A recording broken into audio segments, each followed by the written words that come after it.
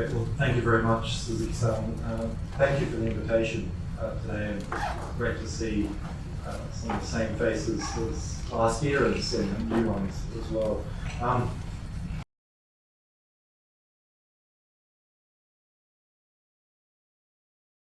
It's not as comprehensive as James and Joseph's presentations in the morning. Given I only have 10 minutes, I'm going to try to focus on really the main challenge for Australia, I think, in managing the interdependence with the Chinese economy. So the starting point really is of high trade shares. So, last year here I spoke about how Australia managed the attempted economic coercion from China. And that's when we had 40% of Australian exports going to China. That's fallen back a bit now because of the iron ore price. I'll explain that in a bit. Even during that episode from 2020 to 2022, Australia's exports to China increased in value because the iron ore price increased. So, a lot of countries have China as their largest trading partner. For Australia, it's one of the most dependent, or as I'll explain, interdependent. So, sorry if it's a bit small, but 25% of imports from China, close to 40% of exports to China. This is nothing new for Australia, that had close to 35% dependence on Japan on the import side and on the export side in the 70s and 80s. And for half a century until the Second World War, 60% of Australia's exports and imports were with us, British masters of the United Kingdom. And then during the war, that was Second World War, for a few years there, 50% of Australia's trade, both exports and imports, was with the United States. So this is a sign really of Australia's ability, and something we should be proud of in Australia, ability to specialise in our comparative advantage, whether it was wool earlier on, and now iron ore, digging stuff up, setting off to the largest growing economy in our region. So this is the source of our prosperity in Australia. And sorry about the numbers being a bit small. The story here is one of interdependence. 93% of Australia's iron ore exports go to China. That's 63% of China's iron ore imports, which is what keeps the Chinese steel industry going. And you'll note that that's 93%. 6% of Australia's iron ore exports go to Japan, which accounts for 2/3, 67% of Japan's imports of iron ore. So this is where we matter. This is why we matter in China, but Northeast Asia more broadly, where Australia supplies 1/3 of Japan's energy needs. So that's 8 hours a day of electricity in coal and LNG. Other shares here of dependence, note the lithium. 99% of Australia's lithium exports are to China, which accounts for 86% of China's imports of lithium. So this is pretty important and will continue to be important. The iron ore number is significant because China's investing in West Africa. There is also iron ore coming out of Brazil, but none of that is going to make a dent in this number for a decade at least, in quality or quantity terms. So we're locked into each other economically, Australia and China, and it's a matter of managing that.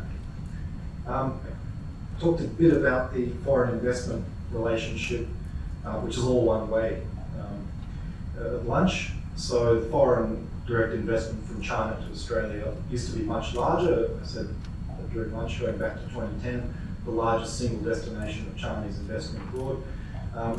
That again rose in 2016, but has collapsed now due to tightening restrictions. A number of factors, but largely tightening restrictions on foreign investment in Australia.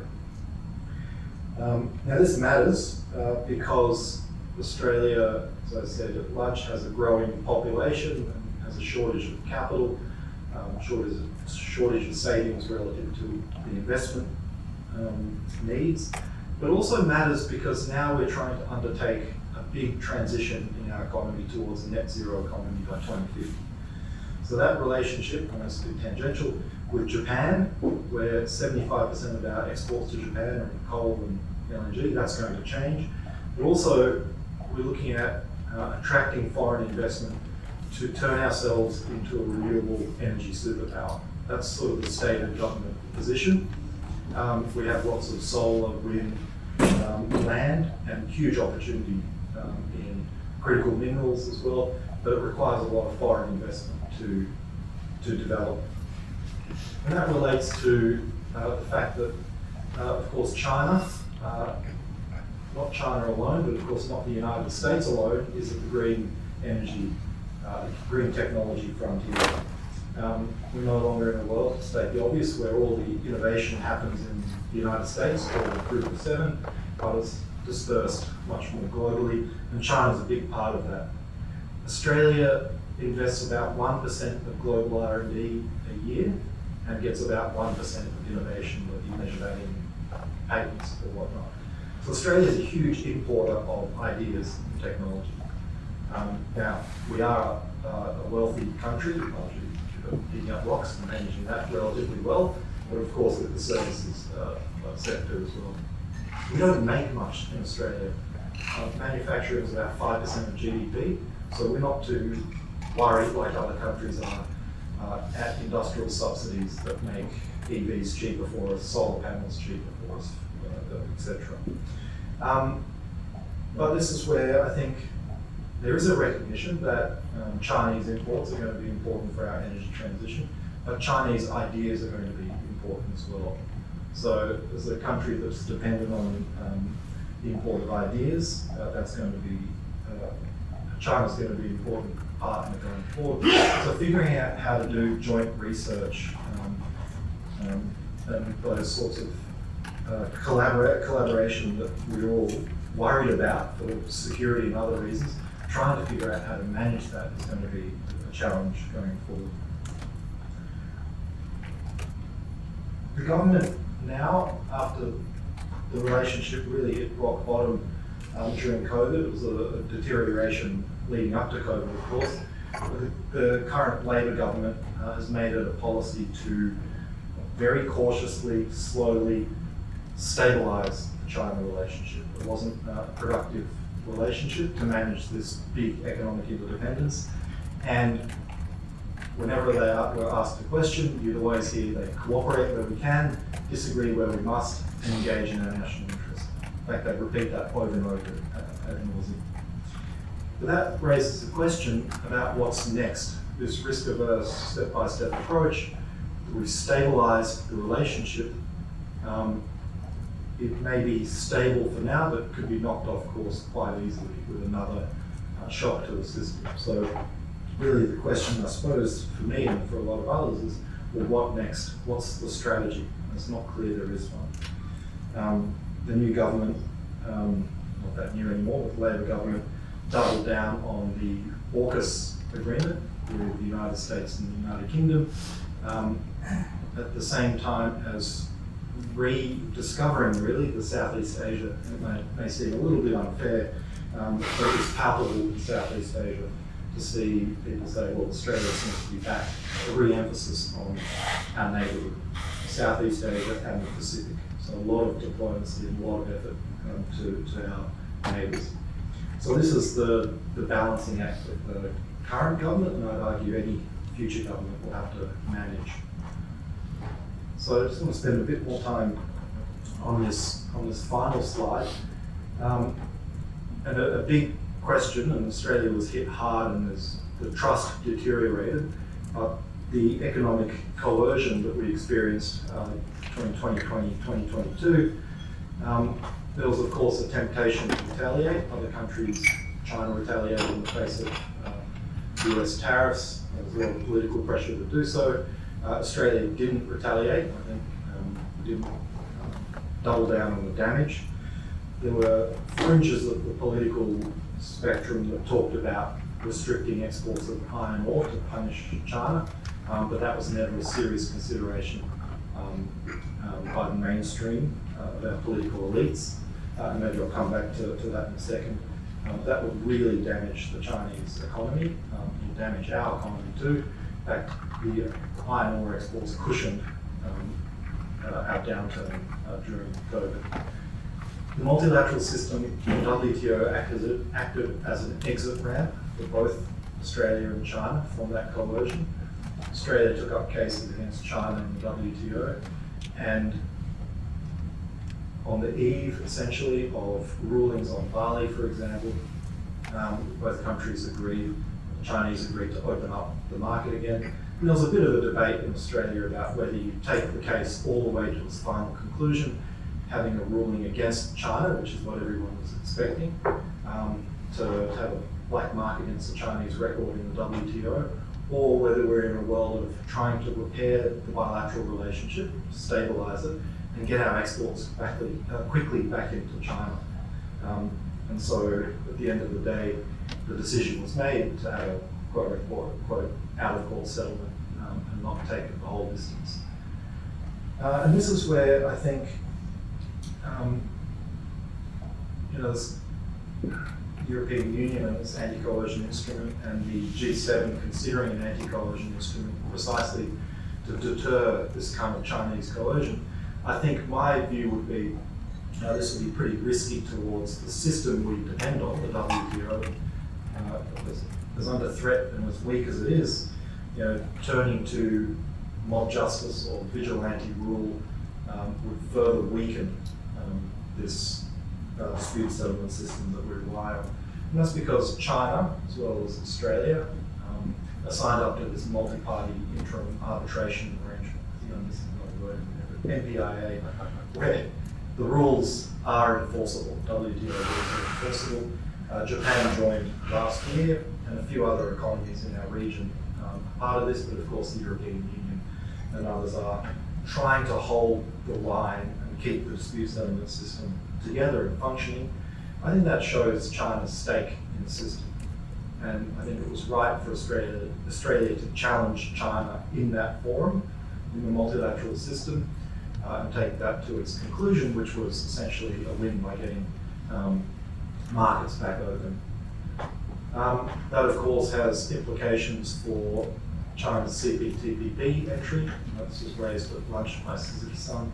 I mean, I think so long as the Chinese are willing to sign up to new rules and make reforms, that's in the interest of countries like Australia to lock the Chinese into more markets and more rules.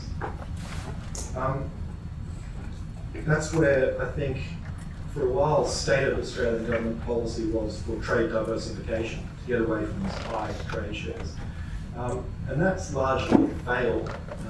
There was no effort to stop trade with China, but there was a big effort to expand trade elsewhere. Now, it's got reduced from 40% of our exports to 37 or 38%. I think that's largely due to the iron ore price. If we had succeeded significantly, Australia would be poorer. A simple matter. I think maybe you can think about it as a trade-off, and I think it is a trade-off. You would not argue that we're not selling to the highest payer, not buying from the cheapest source, which will make you poorer. So this is, I think, an open question for me. This idea of trade diversification, is it not the opposite of specialisation and comparative advantage and reaping the benefits of economies of scale? So I think that's a big question, and a question I think that's important for not just trade with China, but trade more generally. How can we return to having high trade shares with other countries or concentrated trade? How can we return to having confidence in the regimes that manage these trade flows? And I'm not talking about bilateral regimes necessarily, but more regional or multilateral ones. So that's a big open question for me that I think is troubling because trade and economics has become weaponized, that interdependence is seen as a vulnerability, not just a source of prosperity. And indeed, in this part of the world, in East Asia and in Europe, in fact the whole European project, interdependence is seen as a source of security as well. So that's a big question going forward. Now, finally, Australia has a history with cutting out emerging markets. not a very good history. In 1936, the trade diversion policy of cutting Japan out did not end very well. It wasn't a one-to-one cause of war, but it definitely empowered the wrong elements in Japan, cutting Japan out of international raw material markets. And a big part of repair of the relationship in the post-war period was giving Japan most favored nation status in 1957, only a dozen years after the war. We were the second country, I think, after the United States to do that, to give Japan equal access to our markets. So this all leaves me with a hypothesis, I should say an assertion or proposition, but let me make it a hypothesis that I'm thinking about, that given the world we're in, where interdependence is seen as a vulnerability, as countries try to diversify away from China, their supply chains and trade shares, you know, a Chinese society and a Chinese economy that's less integrated into the global economy, is that not an economy and a society with more risks, not less risks? And cutting China out of markets or reducing interdependence doesn't fill me with a whole lot of confidence. We will be poorer, but I'm not sure we'll necessarily be more secure and safer. So let me stop there with that provocative statement. Thank you.